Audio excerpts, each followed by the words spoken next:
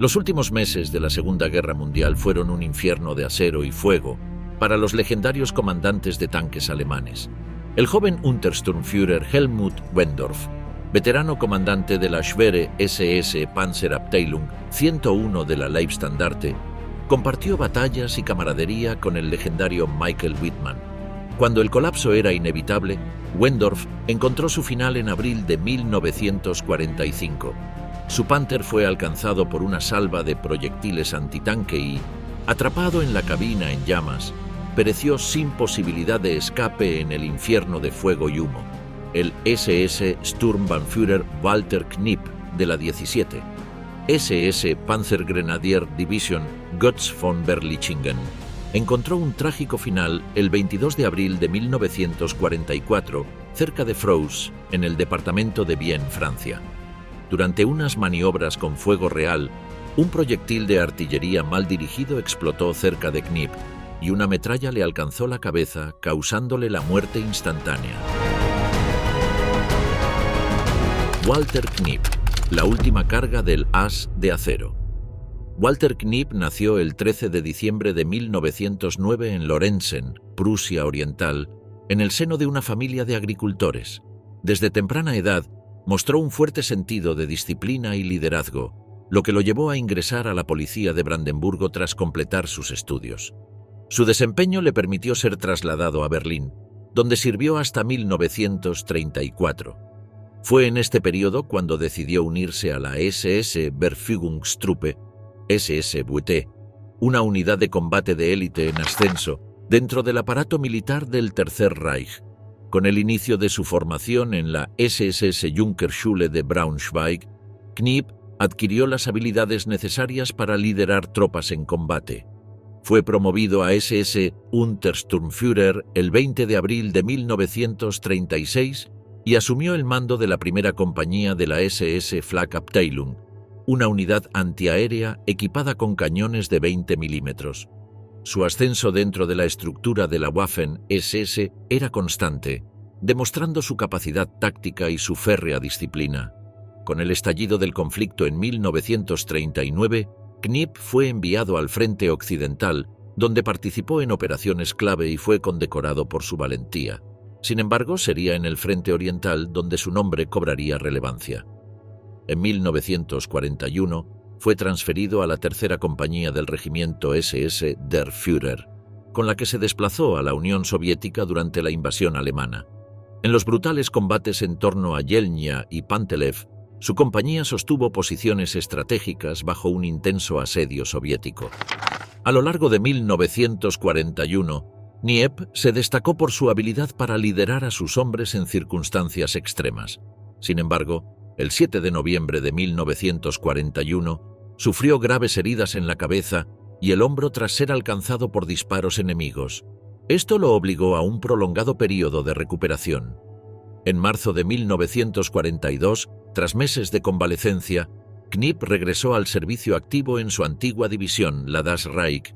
Fue designado oficial de Estado Mayor, segunda, pero su ambición lo llevó a asumir el mando de la Sturmgeschützabteilung II en octubre de ese año. En esta nueva posición, demostraría nuevamente su talento en el combate blindado. La gran prueba para Knipp llegó en 1943, durante la ofensiva en Belgorod, parte de la campaña de Kursk. Su batallón de cañones de asalto logró la destrucción de 51 tanques enemigos en el transcurso de la batalla, asegurando una posición crucial para las fuerzas alemanas. Su liderazgo en combate fue reconocido con la Cruz de Caballero de la Cruz de Hierro, otorgada el 14 de agosto de 1943, tras haber comandado la eliminación de 129 blindados en solo 12 días. Con su reputación consolidada, Knipp fue promovido a SS Sturmbannführer el 20 de abril de 1943 y poco después fue transferido a la recientemente formada 17 SS Panzergrenadier Division Götz von Berlichingen. La nueva unidad, creada en Francia, recibió el encargo de defender el territorio del oeste de Europa ante una posible invasión aliada. A partir de 1944, Knipp asumió el mando del SS Panzerabteilung 17, un batallón con 3 compañías equipadas con Sturmgeschütz, Stug 3. La formación de la división fue lenta y con graves problemas de abastecimiento, recibiendo sus blindados en cantidades insuficientes. El 22 de abril de 1944, durante unas maniobras de fuego real cerca de Fros, en el departamento de Vienne, Knip supervisaba a sus tropas cuando un proyectil de artillería mal dirigido impactó su posición. La explosión lanzó metralla en todas direcciones y un fragmento lo alcanzó directamente en la cabeza, causándole la muerte instantánea. También resultaron heridos otros 2 oficiales presentes, el SS Obersturmführer Hasselmann y el SS Obersturmführer von Seebach. Aunque la versión oficial señala que Knip murió debido al impacto de metralla, existen teorías alternativas. Una hipótesis sugiere que mientras observaba las maniobras, sostenía su pistola y de manera accidental se disparó en la cabeza. El lugar exacto de su inhumación ha sido objeto de debate. Algunos registros indican que fue enterrado en el cementerio de Tennessee, pero fotografías de la época han generado dudas sobre esta afirmación. Otras fuentes mencionan Poitiers como posible ubicación de su tumba, aunque tampoco existe una confirmación definitiva. Se ha documentado que una fotografía muestra a 4 soldados de la Guardia de Honor transportando su cuerpo desde el campo de maniobras. En la imagen se distingue la gendarmería de Mirbeau, lo que sugiere que su cadáver pudo haber sido trasladado a esta localidad antes de ser enterrado en otro sitio. Finalmente, tras el fin del conflicto, los restos de Walter Knip fueron exhumados y trasladados a Normandía, donde recibió sepultura en el mausoleo militar de Mont-Duisne, un cementerio donde descansan otros combatientes de la Waffen-SS. Los últimos días de Michael Wittmann. Después de la invasión aliada de Normandía en junio de 1944, la situación del ejército alemán se volvió cada vez más precaria. Las fuerzas blindadas alemanas, superadas en número y tecnología, se enfrentaban a un enemigo con una superioridad aérea aplastante y una logística mucho más eficiente. Wittmann, quien ya era una figura prominente dentro del ejército alemán debido a su impresionante historial de victorias, fue asignado a defender la región de Falaise en un intento desesperado por contener el avance aliado.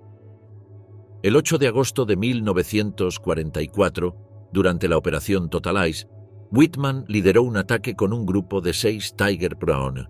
Su misión era frenar el avance canadiense y británico en la zona de Saint-Aignan de Cramesnil. Sin embargo, su unidad fue emboscada por tanques Sherman Firefly británicos y por unidades del Regimiento Canadiense de Fusileros de Sherbrooke.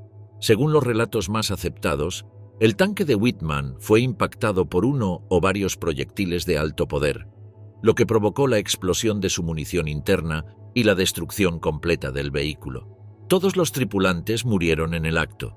Tras la batalla, los restos del tanque y de sus ocupantes fueron abandonados en el campo de combate hasta que, en los meses y años siguientes, los locales y las fuerzas aliadas procedieron a la limpieza del sector.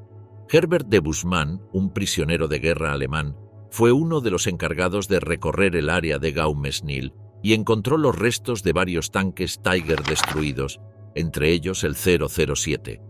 Aunque en ese momento no pudo precisar si pertenecía a Wittmann, observó que la torreta había sido arrancada, un rasgo distintivo del impacto sufrido por el vehículo en combate. Los restos de la tripulación no fueron recuperados inmediatamente.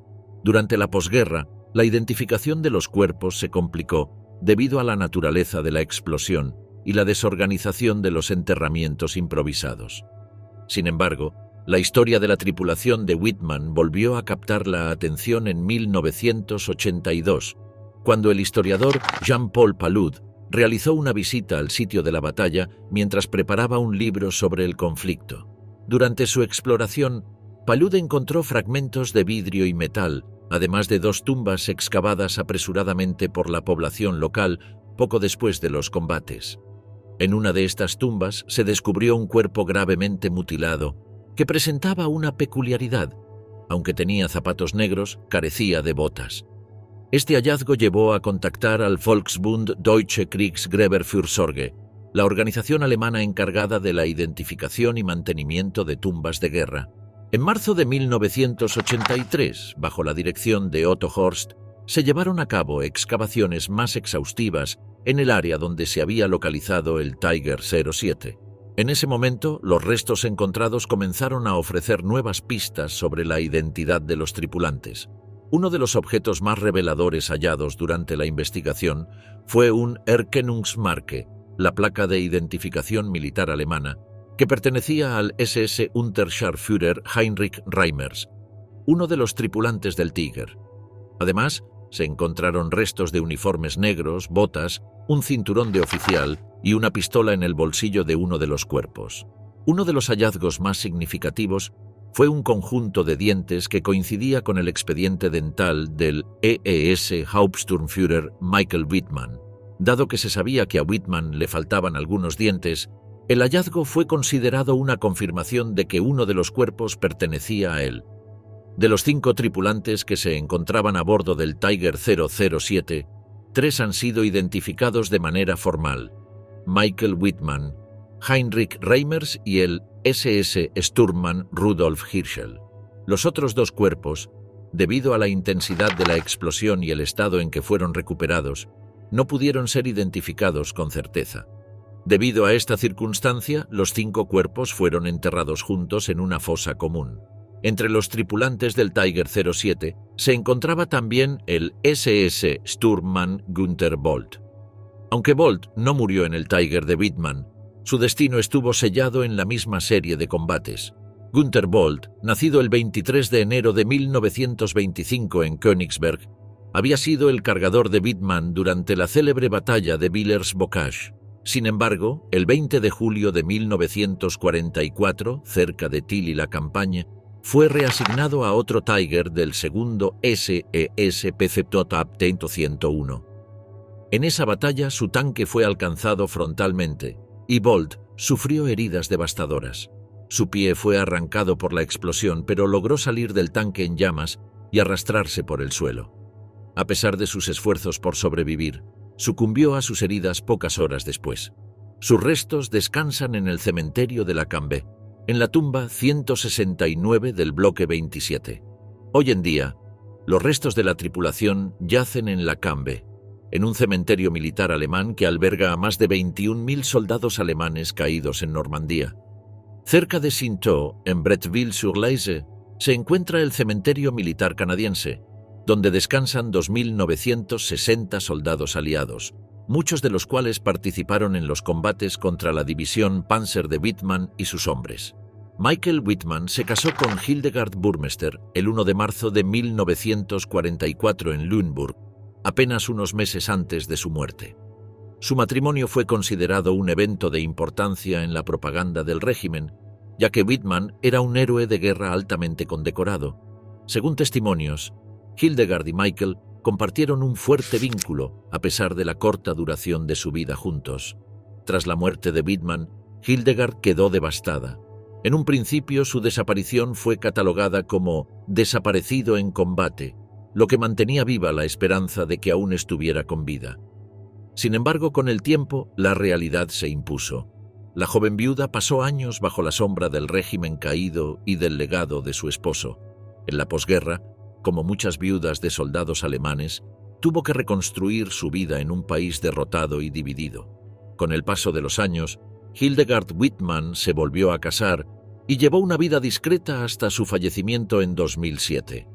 A pesar de todo, nunca renegó de la memoria de su primer esposo y, según algunos testimonios, siguió visitando su tumba en la Cambe.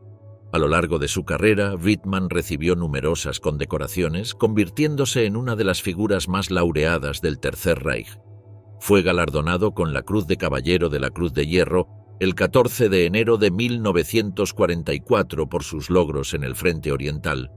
Solo unas semanas después, el 30 de enero de 1944, Adolf Hitler le entregó personalmente las hojas de roble para su Cruz de Caballero. Su fama continuó creciendo, y el 22 de junio de 1944, tras su legendaria acción en Villers-Bocage, recibió las espadas para su Cruz de Caballero, una de las condecoraciones más prestigiosas del ejército alemán. La propaganda nazi utilizó a Wittmann como un símbolo de la supremacía alemana en el campo de batalla. Sus hazañas fueron ampliamente difundidas en los noticiarios y publicaciones del Tercer Reich, presentándolo como un héroe invencible. Fotografías y reportajes destacaban su valentía y habilidad, convirtiéndolo en un ícono para los jóvenes soldados alemanes. La prensa lo comparaba con caballeros medievales y destacaba su compromiso con la causa nacional socialista.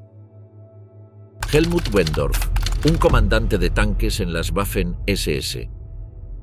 Helmut Max Ernst Wendorf nació el 20 de octubre de 1920 en Gauwinkel, Alemania.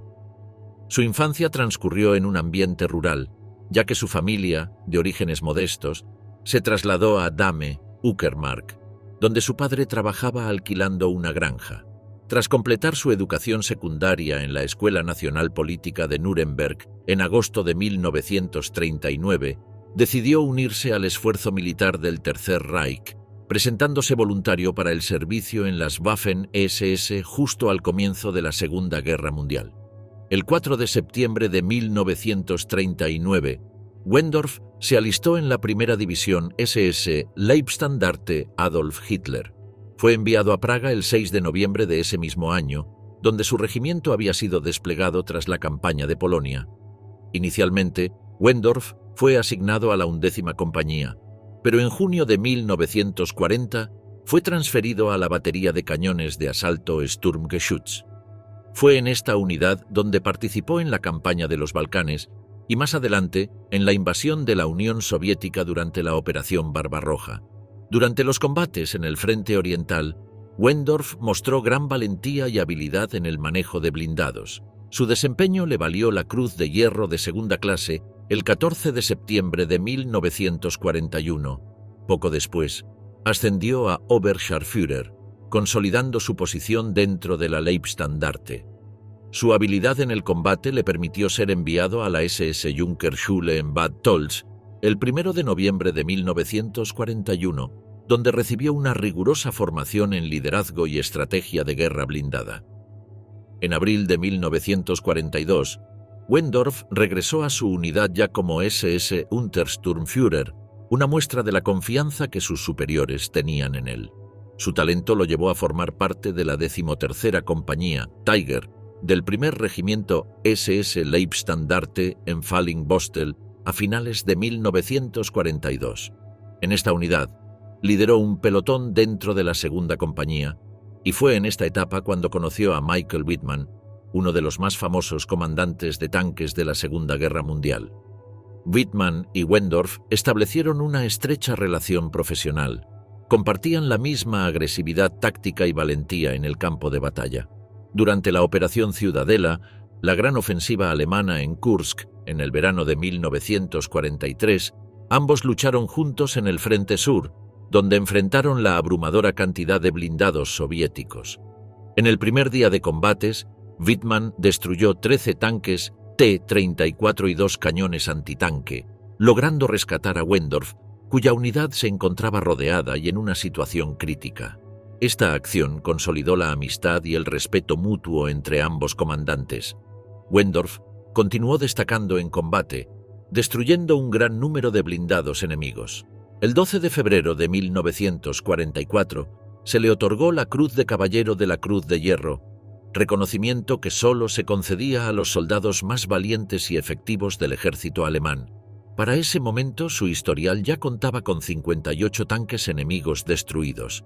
Cuando Wittmann fue promovido a comandante del Schwere SS Panzerabteilung 101, Wendorf asumió el mando de la segunda compañía, continuando con la misma agresividad táctica que había mostrado desde el inicio de la guerra. Durante los intensos combates en el frente oriental a finales de 1943, su unidad fue clave en la defensa de las posiciones alemanas en Korosten y Sitomir. En los días de Navidad de 1943, con solo 4 tanques Tiger, Wendorf se enfrentó a una columna soviética y destruyó 11 T-34 en una sola acción en Chubarovka, evitando el colapso del frente alemán en ese sector. En 1944, con la apertura del frente occidental tras el desembarco de Normandía, Wendorf y su unidad fueron enviados a Francia para detener el avance aliado. participó en la feroz defensa alemana contra los blindados británicos y estadounidenses, logrando infligir considerables bajas en las filas enemigas. El 6 de agosto de 1944, Wendorf encontró su destino final en los campos de batalla de Francia. Mientras operaba su tanque Tiger en las cercanías de Mézières, su vehículo fue alcanzado por un impacto directo de un proyectil aliado, quedando completamente destruido. En ese momento, su récord de tanques destruidos ascendía a 84 confirmados y 95 probables. Heinz von Westernhagen, el comandante que no soportó la derrota. Heinz von Westernhagen nació el 29 de agosto de 1911 en Alemania y desde joven se vio atraído por la ideología nacionalsocialista. Se unió al partido nazi en 1929 con el número de afiliación 174.562 y posteriormente ingresó en las SA. Sin embargo, su carrera despegaría en 1932 cuando se unió a la Allgemeine SS, la rama general de las SS. Su disciplina y habilidades tácticas lo hicieron destacar rápidamente, permitiéndole ingresar a la SS Verfügungstruppe el 1 de octubre de 1934. Fue asignado a un destacamento de la Germania Regiment y en 1936 tomó un curso de formación para comandantes de pelotón en el campo de entrenamiento de Dachau. En este tiempo, conoció a Joachim Peiper, quien se convertiría en uno de los oficiales de las Waffen-SS más notorios del conflicto. Westernhagen posteriormente fue transferido al Sicherheitsdienst. Cuando Alemania invadió Polonia en septiembre de 1939, Westernhagen participó en la campaña con la SS Division Leibstandarte, SS Adolf Hitler. Durante las ofensivas en los Países Bajos, Bélgica y Francia en 1940, demostró ser un comandante capaz y agresivo, lo que lo llevó a recibir diversas condecoraciones. En 1941 fue transferido de nuevo al Sicherheitsdienst, aunque en marzo regresó a la Leibstandarte para participar en la campaña de los Balcanes, sirviendo en el personal de la Kampfgruppe Witt, comandada por Fritz Witt. Fue en esta etapa cuando comenzó a especializarse en unidades blindadas. El 1 de junio de 1942 fue nombrado comandante del batallón de cazacarros Sturmgeschütz de la Leibstandarte, lo que le permitió desarrollar su estrategia de combate blindado. En 1943, durante la batalla de Kursk, Westernhagen comandó el batallón de asalto de la ESSAH en el sector sur del frente. Sin embargo, en el primer día de operaciones, el 5 de julio de 1943, sufrió una grave herida en la cabeza. Fue evacuado de inmediato y trasladado a Berlín para someterse a una cirugía de urgencia. Esta herida lo afectaría por el resto de su vida, causando problemas de salud recurrentes y afectando su capacidad de liderazgo en el campo de batalla. El 19 de julio de 1943, a pesar de su convalecencia, fue nombrado comandante del 101º Batallón Panzer Pesado SS. Su recuperación y un curso de entrenamiento para comandantes de batallón en la Escuela de Fuerzas Blindadas de París retrasaron su incorporación efectiva hasta febrero de 1944. Cuando los aliados desembarcaron en Normandía el 6 de junio de 1944, el batallón de Westernhagen se encontraba en Beauvais, al norte de París. Debido a los daños en la red ferroviaria, sus Tiger I tuvieron que avanzar por carretera hasta el frente, un trayecto de 450 kilómetros que se prolongó 6 días. Durante el trayecto, sufrieron constantes ataques aéreos de los aliados, lo que redujo su efectividad antes de llegar al frente. El 13 de junio de 1944, en la batalla de Villers-Bocage, los Tiger de la segunda compañía del 101º Batallón, liderados por Michael Whitman, aniquilaron una columna británica, destruyendo 27 blindados y numerosos transportes. Aunque Westernhagen no participó directamente en el combate, sus unidades jugaron un papel clave en la contención de la ofensiva británica en Caen. Sin embargo, debido a los efectos de su herida en la cabeza, fue enviado a licencia por convalecencia poco después. Westernhagen regresó al frente el 21 de noviembre de 1944 para liderar su batallón, ahora renombrado como el 501 Batallón, Panzer pesado SS. Participó en la ofensiva de las Ardenas, donde sus Tigers II formaron parte de la vanguardia de Kampfgruppe Peiper. No obstante, las duras condiciones invernales y el terreno montañoso limitaron gravemente la movilidad de los Tigers II. El 16 de diciembre de 1944, la ofensiva alemana comenzó con fuerza, pero problemas logísticos y la feroz resistencia estadounidense detuvieron el avance. A pesar de los éxitos iniciales, la ofensiva fracasó y el 501 Batallón Panzer pesado SS sufrió grandes pérdidas. En enero de 1945, las fuerzas alemanas comenzaron su retirada ante el avance de los aliados. El 19 de marzo de 1945, Heinz von Westernhagen recibió la orden de abandonar su puesto y ser reasignado a la reserva de oficiales. Su sucesor fue Heinz Kling. Poco después, según la versión oficial, Westernhagen murió a causa de una bomba lanzada por la aviación enemiga. Sin embargo, Wolfgang Schneider, en su libro Tigres en combate, volumen 2, documentó que Westernhagen en realidad se suicidó pegándose un tiro con su pistola personal tras ser relevado del mando. La teoría del suicidio es respaldada por el hecho de que su estado de salud se había deteriorado debido a la herida en la cabeza que sufrió en Kursk, lo que podría haberle causado una gran angustia emocional. Además, la situación de la guerra para Alemania en marzo de 1945 era desesperada, con el Tercer Reich al borde del colapso. La combinación de estos factores pudo haber llevado a Westernhagen a quitarse la vida en un acto de desesperación. Johannes Walter, el cazador de blindados del Frente Oriental.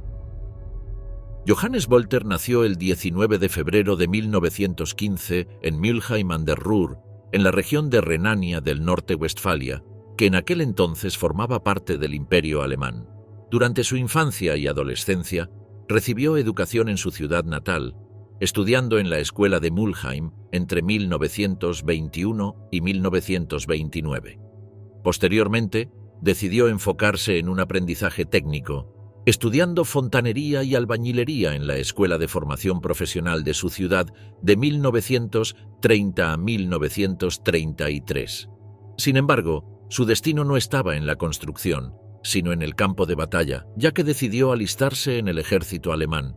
El 1 de abril de 1933, Walter ingresó como voluntario en el tercer escuadrón del 10º Regimiento Reiter. Su carrera militar avanzó rápidamente y en 1934 fue transferido al Batallón de Reconocimiento número 4. En 1935, su formación lo llevó a formar parte de la 8ª Compañía del Regimiento Panzer número 1, unidad con la que comenzaría a especializarse en el combate blindado. Cuando la Segunda Guerra Mundial estalló en septiembre de 1939, Walter participó en la invasión de Polonia. Su valentía y desempeño en combate le valieron la concesión de la Cruz de Hierro de segunda clase el 30 de septiembre de 1939. Apenas unos meses después, en mayo de 1940, se unió a la ofensiva alemana contra Francia y, como resultado de sus logros en combate, fue galardonado el 15 de julio de 1940 con la Cruz de Hierro de primera clase y recibió el ascenso a sargento. En junio de 1941, Walter tomó parte en la Operación Barbarroja, la invasión alemana de la Unión Soviética. En el despiadado Frente Oriental, demostró una gran capacidad como comandante de tanques. Sin embargo, en octubre de 1941 fue gravemente herido en combate. Una vez recuperado, en marzo de 1942, fue asignado al SPZ Abteilung 502, una de las unidades de tanques pesados más prestigiosas de la Wehrmacht. En septiembre de 1942, luchó en el sector norte del Frente Oriental, donde se enfrentó a los blindados soviéticos, incluidos los T-34. Sus habilidades como comandante de tanques se hicieron evidentes cuando en marzo de 1943 fue condecorado con la Cruz Alemana de Oro. En mayo de 1943 recibió el ascenso a teniente y con ello más responsabilidades dentro del SPZ Abteilung 502. A lo largo de 1943 y 1944, Walter continuó destacando en el combate blindado. El 16 de abril de 1944 fue ascendido a teniente de la primera compañía del Abteilung 502 y se le concedió la prestigiosa Cruz de Caballero tras haber alcanzado 89 victorias confirmadas en combate contra tanques enemigos. Este reconocimiento lo colocó entre los comandantes de tanques más destacados de la guerra. Sin embargo, pocos meses después, el 19 de agosto de 1944, su Tiger I fue alcanzado por un proyectil antitanque soviético durante un enfrentamiento en el frente oriental. Gravemente herido, fue evacuado del campo de batalla y hospitalizado. A pesar de las heridas, su valentía y desempeño excepcional le valieron la concesión de las hojas de roble para su Cruz de Caballero el 10 de septiembre de 1944. Después de su recuperación, Walter fue transferido a la división de formación como instructor de nuevos oficiales de tanques. Su experiencia en combate lo convirtió en una valiosa fuente de conocimiento para las nuevas generaciones de soldados. En diciembre de 1944, fue asignado a la Escuela de Suboficiales de las Tropas Blindadas en Eisenach. A medida que la guerra llegaba a su fin y la situación del Tercer Reich se deterioraba, Walter fue nuevamente llamado a la acción. En enero de 1945, fue ascendido a capitán y colocado al mando de un grupo de batalla en la zona de Kassel. La ofensiva soviética y el avance aliado en el frente occidental significaban que Alemania estaba al borde del colapso. A pesar de la creciente desesperación de la situación militar, Walter y su unidad intentaron mantener las líneas defensivas. Con la derrota alemana inminente, Walter logró llegar a la ciudad de Erfurt, donde se reunió con su esposa e hijos. Esta ciudad quedó bajo el control de la Unión Soviética tras el final de la guerra, pasando a formar parte de la futura República Democrática Alemana, RDA. Sin embargo, en 1950, Walter logró escapar a la República Federal de Alemania, FEA, evitando quedar atrapado en el régimen comunista. Walter llevó una vida discreta en la Alemania occidental tras la guerra. Aunque nunca fue juzgado ni condenado por crímenes de guerra, su historial en la Wehrmacht lo convirtió en una figura de interés dentro de los círculos de historia militar. Al igual que otros veteranos alemanes, trató de reconstruir su vida en una nación dividida por las potencias vencedoras. El 16 de septiembre de 1987, Johannes Walter falleció en su ciudad natal, Mülheim an der Ruhr, a la edad de 72 años. Su servicio en el Spezialabteilung 502 lo colocó entre los combatientes más efectivos en la guerra acorazada, junto a figuras como Otto Carius y Ernst Glagow. Este batallón de tanques pesados fue crucial en numerosas batallas, desde el sitio de Leningrado hasta la Operación Citadelle en Kursk. Otto Carius, el destino de un as de los Panzers. Otto Carius nació el 27 de mayo de 1922 en Zweibrücken, Renania-Palatinado, Alemania. Provenía de una familia con antecedentes militares, ya que su padre, también llamado Otto, era profesor de secundaria y sirvió como oficial en la Wehrmacht durante la Segunda Guerra Mundial. Desde pequeño, Otto mostró interés por la ingeniería mecánica y por la música, destacando en la escuela secundaria en ambas áreas. En 1940, al cumplir 18 años, decidió ofrecerse como voluntario para la Wehrmacht, siguiendo la tradición familiar. Sin embargo, su físico enclenque le jugó en contra. Fue rechazado 2 veces debido a su bajo peso y pequeña estatura, lo que lo descalificaba para el servicio de infantería. Pero Carius no se rindió y, tras insistir, logró alistarse en las tropas anticarro, donde estos requisitos eran menos estrictos. Su perseverancia lo llevó a ingresar al 104º Batallón de Infantería de Reemplazo en Posen, actual Poznań, Polonia, y desde allí solicitó voluntariamente su traslado a la rama Panzer. Tras su entrenamiento, Otto Carius fue asignado al Regimiento Panzer 21, el cual formaba parte de la 20ª División Panzer. En 1941, con apenas 19 años, participó en la invasión de la Unión Soviética, Operación Barbarroja, sirviendo como cargador en un tanque Panzer 38T de fabricación checa. Fue durante estos primeros combates donde Carius experimentó el caos y la brutalidad del frente oriental. Su primera acción destacada ocurrió en Ladoga, Sinyavino, donde destruyó su primer tanque enemigo. A medida que adquiría experiencia, fue promovido a suboficial y aceptado como candidato a oficial en agosto de 1941.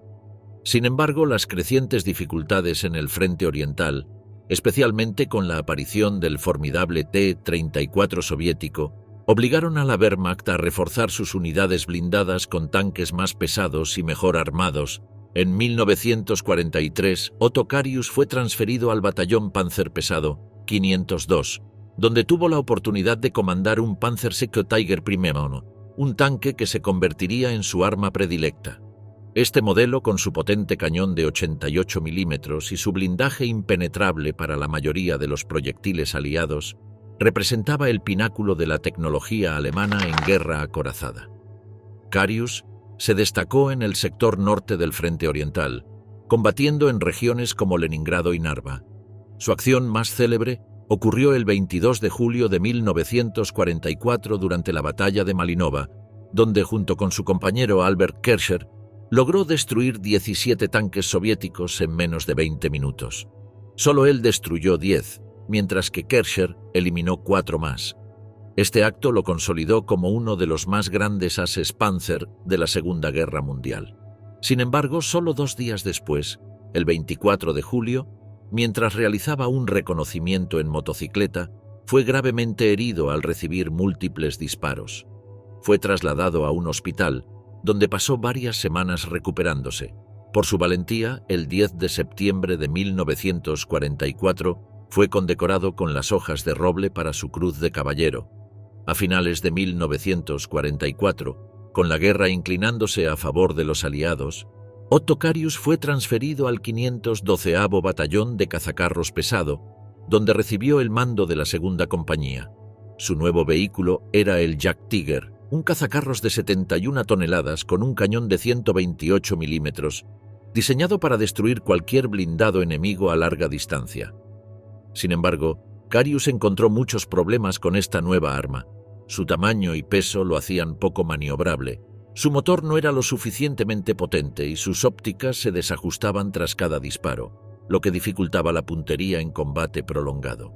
A pesar de estos inconvenientes, en marzo de 1945, su unidad fue enviada a Siegburg para defender el cruce del Rin contra las fuerzas estadounidenses. A diferencia del frente oriental, donde Carius enfrentó principalmente a blindados soviéticos, ahora se vio obligado a combatir contra los Sherman aliados. Sin embargo, para este punto de la guerra, la falta de suministros y combustible condenó cualquier esfuerzo defensivo. Finalmente, el 15 de abril de 1945, Carius y su unidad se rindieron a los estadounidenses en la bolsa del Ruhr. Fue hecho prisionero y pasó varios meses en cautiverio antes de ser liberado. A diferencia de otros oficiales de la Wehrmacht, Otto Carius logró reintegrarse a la vida civil tras la guerra. Su pasión por la medicina lo llevó a estudiar farmacia y en 1956 fundó su propia farmacia en Hirschweiler-Petersheim, Alemania, a la que bautizó con el nostálgico nombre de Tiger Apotheke en honor a su tanque predilecto. Carius también escribió un libro de memorias titulado Tigres en el barro, Tiger im Schlamm, publicado en 1960, donde relató sus experiencias en el frente y dio su visión sobre la guerra acorazada. Sus memorias se convirtieron en un testimonio clave sobre el uso de los Tiger BEMT en combate y han sido ampliamente estudiadas por historiadores militares. A pesar de haber servido en la Wehrmacht, Carius siempre rechazó cualquier vinculación con el régimen nazi y se consideraba a sí mismo un soldado apolítico. En sus últimos años, expresó su descontento con la forma en que los veteranos alemanes fueron tratados tras la guerra, sintiendo que su sacrificio había sido olvidado. Rudolf von Ribbentrop, heredero del Reich y de las SS. Rudolf von Ribbentrop nació el 11 de mayo de 1921 en Wiesbaden, en la entonces República de Weimar. Su infancia estuvo marcada por la creciente influencia del nacionalsocialismo en Alemania y en particular por la prominente posición de su padre, Joachim von Ribbentrop. Desde temprana edad, Rudolf fue testigo de los eventos más importantes del régimen de Adolf Hitler. A la edad de 11 años, presenció un desfile de antorchas de las tropas de asalto desde el balcón del Hotel Kaiserhof en Berlín, un espectáculo que anunciaba el ascenso definitivo del nazismo al poder. En 1936, cuando su padre fue nombrado embajador de Alemania en el Reino Unido, Rudolf lo acompañó a Londres. Allí fue inscrito en la prestigiosa Westminster School. Sin embargo, su presencia pronto llamó la atención del periódico The Times, lo que llevó a su regreso a Alemania. Su educación se desarrolló en un entorno donde el ideario nazi era omnipresente. Se convirtió en miembro de las juventudes hitlerianas de Baldur von Schirach, lo que reforzó su identidad dentro del régimen. Cuando la Segunda Guerra Mundial estalló el 1 de septiembre de 1939, Rudolf von Ribbentrop se unió como soldado raso en el batallón de reemplazo de la Estandarte Deutschland de las Waffen-SS. Su bautismo de fuego ocurrió en la campaña de Polonia y poco después fue transferido a la 11ª Compañía con base en Múnich. Su valentía en el frente occidental le valió la Cruz de Hierro de segunda clase y su primer ascenso a Sturmmann. Durante la invasión de Francia en 1940, von Ribbentrop lideró una carga de bayoneta contra una patrulla francesa, lo que contribuyó a la rendición del enemigo. En esa misma campaña recibió su primera herida, un fragmento de bala en el brazo derecho. Posteriormente, fue asignado al batallón de reconocimiento del Alpenkorps, lo que lo llevó a Noruega y Finlandia cuando Alemania estableció su alianza con los finlandeses contra la Unión Soviética. En 1941, con la Operación Barbarroja, su unidad fue enviada al norte de Rusia, donde combatió con el SS Kampfgruppe Nord. Su desempeño le valió la Cruz de la Libertad de Finlandia de cuarta clase, pero también una segunda herida, cuando una bala le fracturó el antebrazo izquierdo. Fue enviado al Hospital Personal de Heinrich Himmler en Hohenlychen y tras su recuperación se unió al regimiento Panzer-Leibstandarte SS Adolf Hitler. Von Ribbentrop participó en algunas de las batallas más cruentas del frente oriental, al mando de un pelotón de tanques dentro de la 6ª Compañía del 2º Batallón del 1er Regimiento Panzer de la Leibstandarte.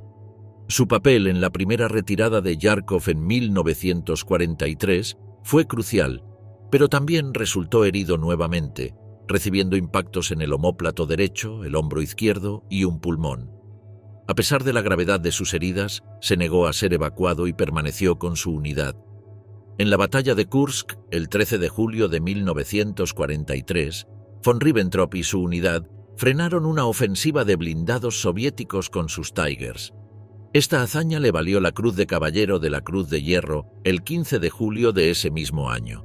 Posteriormente fue transferido a la 12ª División SS Hitlerjugend, donde comandó la 3ª Compañía del 1er Batallón del Regimiento Panzer XII. Durante la Batalla de Normandía en 1944, su unidad destruyó 27 tanques enemigos en un solo día, lo que le valió la Cruz Alemana en oro. Su último gran combate ocurrió en la Batalla de las Ardenas, donde recibió su 5ª herida el 20 de diciembre de 1944, cuando un proyectil lo alcanzó en la boca. A pesar de esto, sus tanques destruyeron 24 blindados aliados antes de que la ofensiva se detuviera el 8 de enero de 1945. En los últimos meses de la guerra luchó como infantería en Hungría y Austria. A finales de abril de 1945 recibió el mando del Kampfgruppe von Ribbentrop. El 8 de mayo de 1945, Rudolf von Ribbentrop se rindió con su unidad al ejército de los Estados Unidos. Tras la rendición alemana, Rudolf von Ribbentrop pasó más de 3 años en prisión bajo custodia estadounidense, británica y francesa. Durante su reclusión, se le acusó de haber disparado a 2 prisioneros de guerra canadienses, pero nunca se lograron pruebas concluyentes en su contra. Fue liberado en julio de 1948. Mientras él permanecía en prisión, su padre, Joachim von Ribbentrop, fue juzgado en los juicios de Nuremberg por crímenes contra la humanidad. Joachim fue condenado a muerte y ejecutado el 16 de octubre de 1946. Rudolf, a su regreso a la vida civil, se enfrentó al estigma de ser el hijo de uno de los hombres más cercanos a Hitler. Lejos de la política y la milicia, Rudolf von Ribbentrop decidió reconstruir su vida como empresario en la industria vinícola. Se convirtió en comerciante de vinos, un negocio que le permitió mantener un perfil bajo y distanciarse de la ideología con la que creció.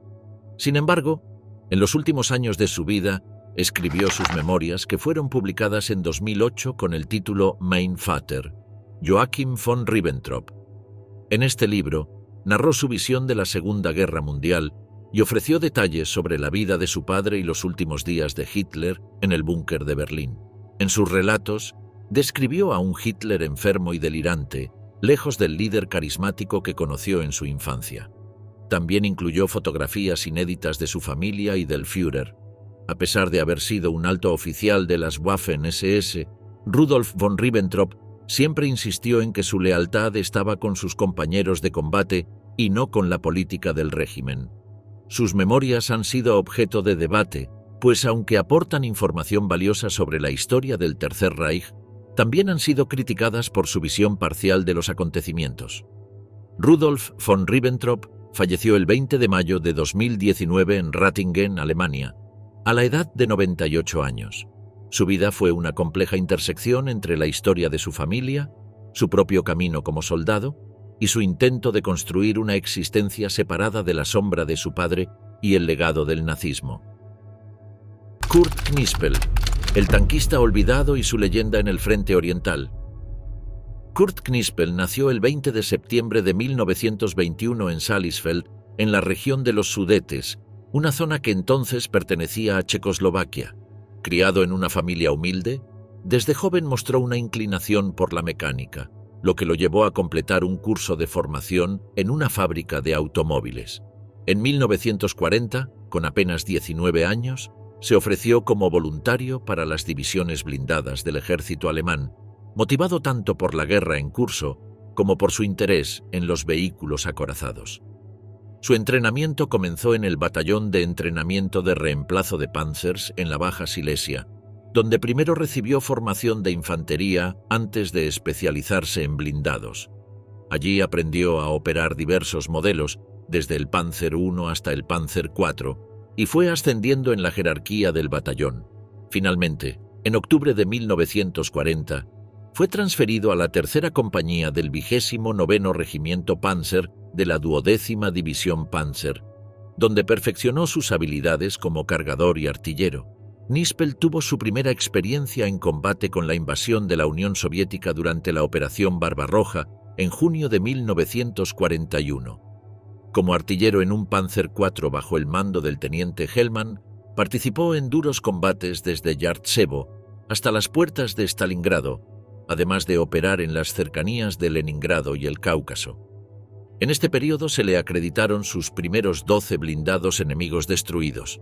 A inicios de 1943, Knispel fue transferido al 500º Batallón Panzer en Paderborn, donde se entrenó con los nuevos tanques pesados Tiger Pneumaten. Posteriormente, se unió a la primera compañía del 506º Tercer Batallón de Panzers Pesados, unidad de élite que luchó en la batalla de Kursk. Su destreza como artillero lo convirtió en una pieza clave en la ofensiva alemana. A lo largo de la guerra, Knispel participó en múltiples batallas de importancia estratégica, incluyendo la batalla de Korsun-Cherkasy, la retirada de Normandía y combates en Vinitsa, Yampol y Kamenets-Podolsk. Su habilidad con el cañón del Tiger I y posteriormente del Tiger II lo llevó a ser reconocido como uno de los tanquistas más letales del conflicto. Se le atribuyen 168 victorias confirmadas contra tanques enemigos, aunque algunas fuentes estiman que la cifra real podría acercarse a los 195. En un episodio particularmente impresionante, logró destruir un T-34 soviético a una distancia récord de 3.000 metros, lo que demuestra su maestría en el uso del armamento blindado. A pesar de estos logros, Knispel nunca recibió la Cruz de Caballero, a pesar de haber sido recomendado en 4 ocasiones. Algunos historiadores sugieren que su actitud rebelde y su rechazo a la disciplina estricta de la Wehrmacht lo marginaron de los honores oficiales. Se sabe que en una ocasión golpeó a un soldado de las SS por abusar brutalmente de un prisionero ruso, lo que le valió el desdén de los altos mandos. En la fase final de la guerra, Knispel y su unidad fueron enviados nuevamente al Frente Oriental, donde participaron en los combates desesperados contra la ofensiva soviética.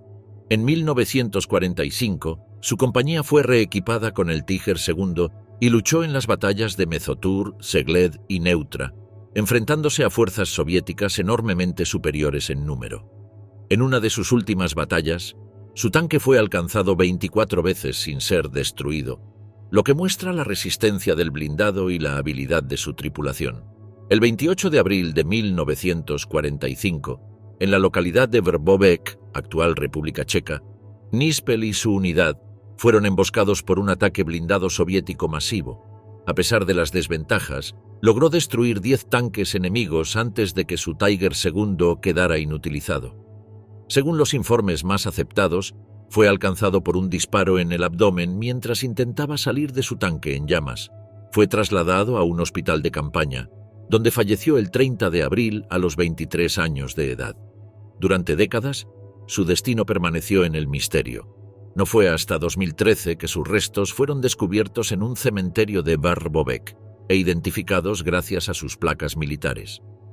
Posteriormente, fueron trasladados al cementerio militar central de Brno. Su imagen, con barba y cabello largo, contrastaba con el ideal militar germano. No era un seguidor ciego de la ideología nazi, sino un soldado pragmático que luchaba por sus compañeros de unidad más que por el régimen.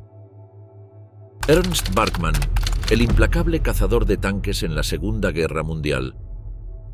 Ernst Bachmann nació el 25 de agosto de 1919 en Kiesdorf, un pequeño pueblo de Holstein. Hijo de un granjero, creció trabajando en el campo junto a su familia. En 1936, se alistó voluntariamente en el regimiento SS Germania, donde recibió entrenamiento militar. Al estallar la Segunda Guerra Mundial en 1939, su regimiento fue movilizado para la invasión de Polonia. Como ametrallador en la 9ª Compañía del Tercer Batallón, demostró valentía en combate y fue ascendido a Rottenführer tras destacarse en la batalla. Durante la campaña, resultó herido y recibió la Medalla de los Heridos en color negro. Tras la campaña polaca, su unidad se integró en la división SS Das Reich. En 1940 participó en la invasión de Francia, lo que le valió la Medalla de Asalto de la Infantería. Un año después, en el marco de la Operación Barbarroja, su división fue enviada al Frente Oriental. Durante los combates en Ucrania, sufrió una grave herida en julio de 1941 y pasó varios meses recuperándose. Por su sacrificio en el campo de batalla, fue condecorado con la Medalla de los Heridos en plata. A comienzos de 1942, Bachmann fue asignado a una unidad de entrenamiento en Holanda, donde se encargó de instruir a voluntarios extranjeros. No obstante, su deseo era regresar al combate, por lo que solicitó ser transferido a las unidades Panzer. En el invierno de 1942-1943, se le concedió su petición y fue enviado nuevamente al Frente del Este. Se incorporó a la 2ª Compañía del 1er Regimiento Panzer de la División Das Reich, donde se le asignó como artillero en un Panzer III. Poco después, su regimiento fue integrado en el 2º Cuerpo Panzer SS, que luchaba en Járkov. Durante la tercera batalla de Járkov, su desempeño en combate fue sobresaliente, por lo que fue ascendido a Unterscharführer y se le otorgó el mando de su propio Panzer III. Con el tiempo, demostró una habilidad excepcional como comandante de tanque, liquidando varios blindados enemigos. En julio de 1943, participó en la Operación Ciudadela, la ofensiva alemana en Kursk. Allí combatió en la batalla de Progorovka, enfrentándose a grandes formaciones de tanques soviéticos. Posteriormente, su división tuvo que replegarse hacia el río Mius, donde luchó en intensas batallas defensivas junto a la tercera división SS Totenkopf. En agosto, fue transferido a la 4ª Compañía, que operaba los nuevos Panther Ausf, más avanzados y poderosos que los Panzer III. En 1944, la división Das Reich fue retirada del Frente Oriental y trasladada a Francia en previsión de una invasión aliada. Tras el desembarco en Normandía el 6 de junio de 1944, la unidad fue enviada hacia el norte para frenar el avance aliado. Durante el trayecto, sufrieron constantes ataques de cazabombarderos y de la resistencia francesa.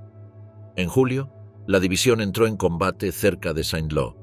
Barkman, al mando de un Panther Ausf A, participó en intensos enfrentamientos contra los tanques Sherman y Stuart estadounidenses. Gracias a su capacidad táctica, consiguió emboscar y destruir múltiples vehículos enemigos en los estrechos caminos del Bocage francés. Uno de los episodios más famosos de su carrera ocurrió el 27 de julio de 1944, en un cruce de caminos cerca de Le Lorey. Separado de su unidad, se enteró de la aproximación de una columna blindada estadounidense. Decidió colocar su Panther bajo la cobertura de unos árboles y emboscar a los enemigos. Cuando los primeros tanques Sherman aparecieron, los destruyó junto con un camión de combustible. A pesar de los ataques aéreos aliados que dañaron su vehículo, su tripulación logró repararlo en plena batalla. En total, logró abatir hasta 9 Sherman y varios transportes enemigos, frustrando el avance estadounidense en la zona. Esta hazaña se conocería como la Esquina de Barkman.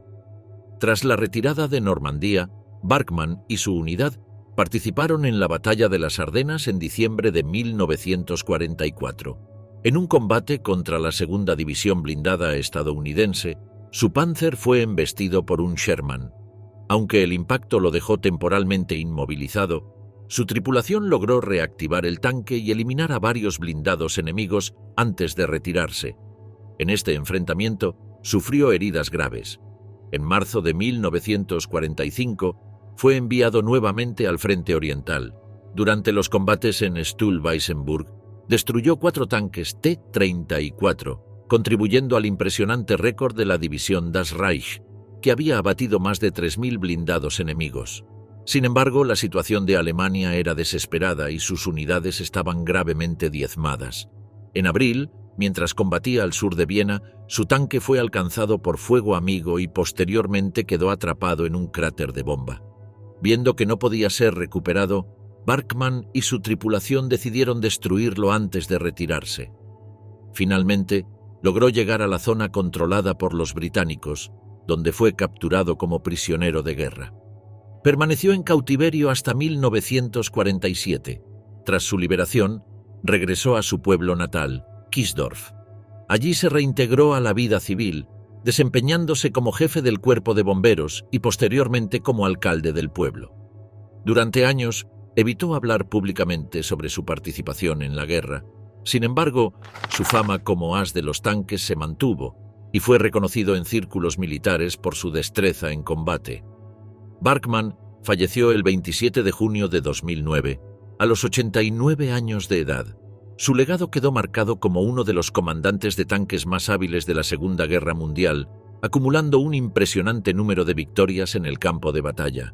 A lo largo de su carrera se le atribuye la destrucción de más de 82 tanques enemigos, 136 vehículos de combate y 43 cañones antitanque. Karl Wilhelm Knaut, el último combate de un as de los Panzers. Karl Wilhelm Knaut nació el 29 de enero de 1916 en Salchendorf, Westfalia. En 1936 se alistó como voluntario en la Wehrmacht, donde recibió su primer entrenamiento militar. Después de su servicio inicial, dejó el ejército pero regresó al comenzar la Segunda Guerra Mundial, en septiembre de 1939. Fue asignado al 5º Regimiento Panzer, donde se destacó como un soldado disciplinado y con gran habilidad en la guerra blindada.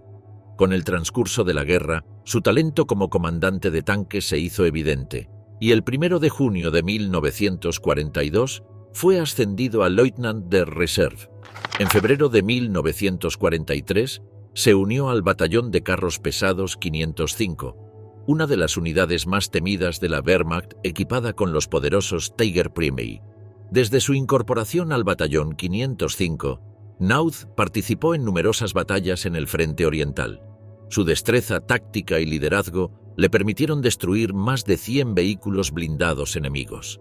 Por su valentía, recibió la Cruz de Hierro de segunda clase el 25 de mayo de 1940 y la de primera clase el 11 de noviembre del mismo año.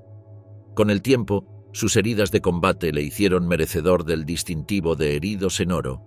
En 1944, fue ascendido a Hauptmann der Reserve y asumió el liderazgo de la tercera compañía del batallón 505.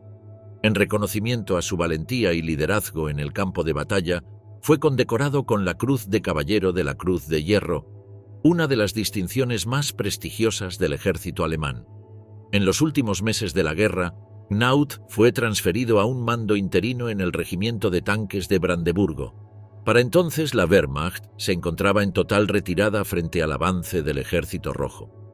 En abril de 1945, las fuerzas alemanas quedaron atrapadas en la bolsa de Halbe, un brutal cerco soviético en el bosque de Spreewald, al sureste de Berlín. El 25 de abril de 1945, Knaut comandó su unidad en un desesperado intento de ruptura cerca del lago Oder-Inner See. Su batallón, reducido y carente de suministros, fue emboscado por la artillería y tanques soviéticos. En medio del combate, su carro de combate fue alcanzado por fuego enemigo y quedó inutilizado. Sin posibilidades de retirada y rodeado por las fuerzas soviéticas, Knaut y sus hombres lucharon hasta el final. Los informes de su muerte varían, pero se estima que cayó en combate entre el 25 de abril y principios de mayo de 1945. Su cuerpo fue enterrado en el cementerio de guerra alemán de Halbe, en la parcela 6, fila 5, tumba 630. Rudolf Heinz Rufer, el cazador de tanques del aire. Rudolf Heinz Rufer nació el 7 de enero de 1920 en Eisenhammer, Alemania. Desde joven mostró interés por la aviación, lo que lo llevó a unirse a la Luftwaffe en 1939, siendo admitido en la escuela de vuelo Luftkriegschule 4. Su talento como piloto lo llevó a ascender rápidamente, obteniendo el rango de Leutnant el 1 de marzo de 1941. En junio de 1942, se incorporó a la Unidad de Combate 1, Ergänzungsjagdgruppe Ost, en el Frente Oriental, donde inició su carrera como piloto de ataque a tierra. Durante la Segunda Guerra Mundial, Rufer destacó como un piloto excepcional especializado en la destrucción de blindados enemigos. Inicialmente voló el bombardero en picado Junkers Ju-87, pero sus mayores éxitos los logró con el Henschel HS-129, un avión diseñado específicamente para misiones de ataque terrestre con cañones automáticos. Entre 1942 y 1943 sirvió en la octava PPC Schlachgeschwader 1 y en 1943 fue asignado como Staffelkapitän en la 10 PZ Schlachtgeschwader 9. En el transcurso de aproximadamente 300 misiones de combate, se le atribuyó la destrucción de al menos 80 carros de combate enemigos. Su eficacia en el campo de batalla lo convirtió en una figura comparable al legendario piloto de Stuka Hans Ulrich Rudel. Por su valentía y desempeño, recibió múltiples condecoraciones, incluyendo la Cruz de Hierro de primera y segunda clase, el Cáliz de Honor de la Luftwaffe, el 8 de noviembre de 1943, la Cruz Alemana en Oro, el 20 de marzo de 1944, y la Cruz de Caballero el 9 de junio de 1947-1944, cuando ya acumulaba 72 tanques destruidos. El 16 de julio de 1944, Rufer emprendió una misión crítica contra una avanzada soviética en el noreste de Leópolis, Ucrania. Su escuadrón recibió órdenes de detener un asalto blindado enemigo que avanzaba rápidamente sobre la línea ferroviaria Radekiv-Stoyaniv. En pleno ataque, su Henschel HS-129B2R2 fue alcanzado por fuego antiaéreo intenso. Sin posibilidad de maniobra y con su avión en llamas, Rufer intentó realizar un aterrizaje de emergencia, pero no logró sobrevivir al impacto. Con tan solo 24 años, su carrera y su vida llegaron a un trágico final. A pesar de su corta trayectoria, Rufer dejó una marca en la historia de la guerra aérea. Su capacidad para destruir blindados enemigos con precisión lo convirtió en uno de los pilotos más efectivos de la Luftwaffe.